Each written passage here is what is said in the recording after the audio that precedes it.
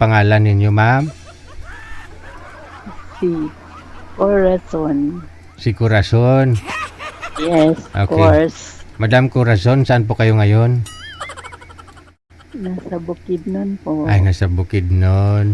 Okay, ilang taon na si Corazon? 56. 56 na si Madam Corazon, no?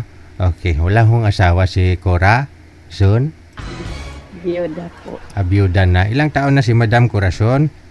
I mean, ilang taon ka nang walang asawa, ma'am? Biyuda? 9 years na. 9 years na.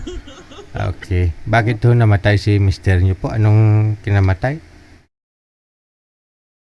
Inambos po sila. Sundalo? Hindi po guard yun siya. Oh, saan siya pumapasok that time? Sa bangko? Hindi sa parang lupa yun na magulo. May Pinagagawang lupa, ganun, oo. So, inambus. Pagka ganun, ma'am, kunyari yung pag-guard sila, no? Ano pong nakukuha pag kunyari na casualties, no? May namatay. Ano nakuha ni mister mo that time? Ikaw? Yung sa SS. Ah, Kasi 10 years naman siya sa SS. so, sa agency, wala?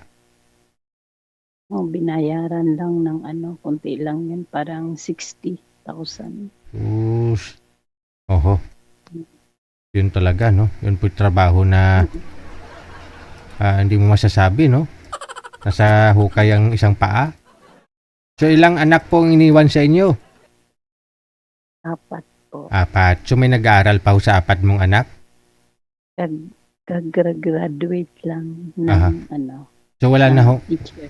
hong nag-aaral sa mga anak mo? Wala na Wala na. So, pwede ka na pala mag-asawa ulit? po. Oo, Ano- pag may Ano po pinagkakabalahan mo ngayon ng trabaho? nagtitinda lang po ako sa kantin sa school. Di maganda, no? Oo. Allowed po ba? Di ba sa mga elementary po ba yan? High school? Yes. Elementary po.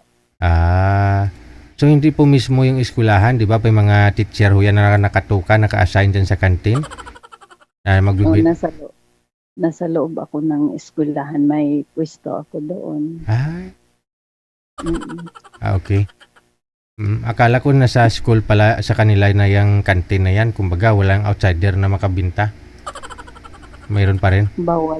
Bawal outsider. Kami po, nagbabayad kami sa school. Okay. Sige. At least may source of income, no? At paano ngayon? Wala ka nang pinapaaral. Pwede ka na talaga mag-asawa. Ilang taon po ang gusto mo? Gusto ko yung 50 to 60. 50 to 60 years old? Oh.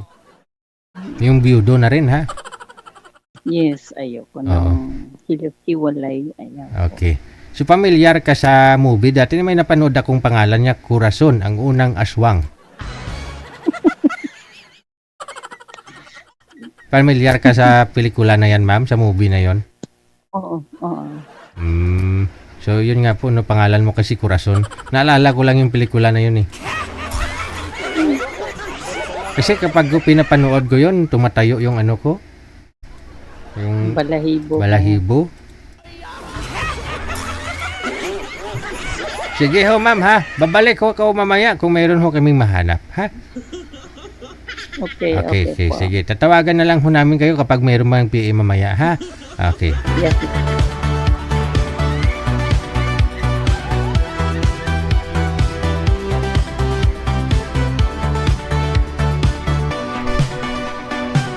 Corazon, ang unang aswang.